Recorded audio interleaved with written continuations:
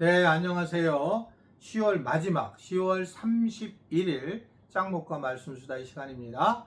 이제 오늘까지 특세가 마무리되고 또 이제 이번 주일은 추수감사주일로 드리게 됩니다. 여러분 추수감사절 잘 준비하셔야 되고 한 해 동안 우리에게 주신 은혜에 대해서 감사하는 그런 마음을 꼭 갖는 그런 시간이 되었으면 좋겠습니다. 말로만 하는 게 아니라 미리미리 재정도 준비해서 헌금도 준비해서 드리시고 또 마음도 드리시는 그러한 시간을 여러분 가질 수 있게 되기를 바라고, 특별히 다음 세대 아이들에게도 이러한 것들을 잘 전해서 감사하는 마음을 함께 나눌 수 있는 그런 추수감사절이 되었으면 좋겠습니다. 자, 오늘 주시는 말씀은 누가복음 8장 16절부터 25절의 내용의 말씀인데요. 하나님 말씀을 보시겠습니다. 누구든지 등불을 껴서 그릇으로 덮거나 평상 아래에 두지 아니하고 등경 위에 두나니 이는 들어가는 자들로 그 빛을 보게 하려 함이라. 숨은 것이 장차 드러나지 아니할 것이 없고 감추인 것이 장차 알려지고 나타나지 않을 것이 없느니라. 그러므로 너희가 어떻게 들을까? 스스로 삼가라. 누구든지 있는 자는 받겠고 없는 자는 그 있는 줄로 아는 것까지도 빼앗기리라 하시니라. 예수의 어머니와 그 동생들이 왔으나 무리로 인하여 가까이 하지 못하니 어떤 이가 알리되 당신의 어머니와 동생들이 당신을 보려고 밖에 서 있나이다. 예수께서 대답하여 이르시되 내 어머니와 내 동생들은 곧 하나님의 말씀을 듣고 행하는 이 사람들이라 하시니라. 하루는 제자들과 함께 배에 오르사 그들에게 이르시되 호수 저편으로 건너가자 하시매 이에 떠나 행선할 때에 예수께서 잠이 드셨더니 마침 광풍이 호수로 내리침에 배에 물이 가득하게 되어 위태한지라. 제자들이 나와 깨워 이르되 주여 주여 우리가 죽겠나이다 한데 예수께서 잠을 깨사 바람과 물결을 꾸짖으시니 이에 그쳐 잔잔하여지더라. 제자들에게 이르시되 너희 믿음이 어디 있느냐 하시니 그들이 두려워하고 놀랍게 여겨 서로 말하되 그가 누구이기에 바람과 물을 명함에 순종하는가 하더라. 어제 예수님은 씨 뿌리는 비유를 통해서 우리에게 아주 중요한 말씀을 했다는 거죠. 그러니까 씨의 문제가 아니라 우리의 마음의 밭이 문제구나 라는 걸 알게 됐고, 우리 안에 여러 가지 가시밭이라든지 또는 우리 안에 돌들이라든지 이런 것들을 빼내지 않는다면 말씀이 우리 안에서 움직이지 않고, 그러다 보면 우리가 결국은 열매를 맺지 못하는 과정으로 가게 된다라고 하는 겁니다. 그래서 우리 교회는 가능한 상담이라든지 여러 가지 내적 치유를 통해서 이런 부분들을 좀 해결해서 믿음을 조금 더, 하나님을 만나는 것, 은혜 받는 걸 조금 더 좀 지혜롭게 하려고 했다라는 그런 말씀을 드리게 되었습니다. 다른 교회와 좀 다른 부분입니다. 이 부분이 뭐 상담을 하는 교회들이 많지 않고 더 큰 교회들이 어떻든 하지만, 우리 교회는 애초부터 개척 때부터 이 일을 쭉 해왔던 그런 교회로 상담을 받는 거가 잘못된 게 아닙니다. 그래서 내 것들의 내 문제에 대해서 해결할 수 있다면 해결을 해서 하나님과의 관계가 깊어지는 그런 은혜를 누리는 것이 중요하다라고 생각을 하게 됩니다. 자, 오늘 말씀은 바로 등불 비유인데, 등불을 켜서 바로 평상 아래 두지 않고 등경 위에 두어 빛을 비추게 하였다.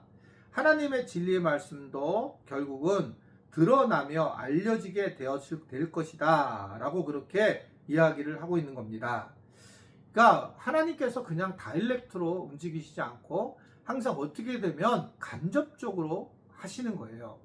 그러니까 지난번에 우리가 얘기했던 거 있잖아요. 예수님이 세례요한에게 얘기를 할 때 내가 병을 고치고 소경을 눈을 뜨게 하고 그렇게 하는 거라고 알려라 라고 한 것처럼, 사실은 직접적으로 나는 메시아야, 나는 하나님이야 이렇게 하지 않으시죠. 하나님이 누구신가 할 때 하나님은 스스로 있는 자다라는 우리가 알 수 없는 말을 하시게 됐어요. 근데 하나님은 그래서 우리에게 계시하는 만큼 우리가 그 계시를 통해서 알 수 있는 존재인데, 오늘도 뭐냐면 아주 분명하게 이게 하나님이 빛을 쫙 붙이면 되는데 내가 이래 하고, 근데 등경 아래의 빛처럼 우리에게 그렇게 알려주신다라고 하는 것을 말씀을 하고 있는 것을 볼 수 있습니다.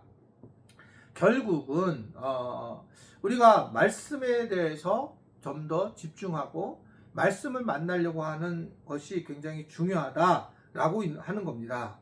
어떻게 얘기를 하고 있냐면 성경은 예수님은 18절에 보면 누구든지 있는 자는 받겠고 없는 자는 그 있는 줄로 아는 것까지도 빼앗겼다라는 것을 얘기를 합니다. 이게 사실은 참 하나님의 법인데요. 예를 들면 달란트 비유에서도 한 달란트를 받은 사람이 숨겨놨었잖아요. 그걸 찾았는데, 그걸 숨겨놨다 찾았는데 이걸 뺐죠. 한 달란트까지. 그리고 10달란트 사람이 열심히 했으니까 그 사람한테 주더라는 거예요. 하나님의 법은 은혜를 받은 사람이 더 은혜를 받고 더 복을 받는 거예요. 그러니까 결국은 우리가 세상의 어떤 계산법이 아니라 하나님의 나라의 법은 하나님께서 주시는 대로 더 큰 은혜를 누린다는 것입니다. 그러니까 이제 보면 어려운 교회는 끝까지 어려워요. 근데 선한 교회는 계속 선한 겁니다.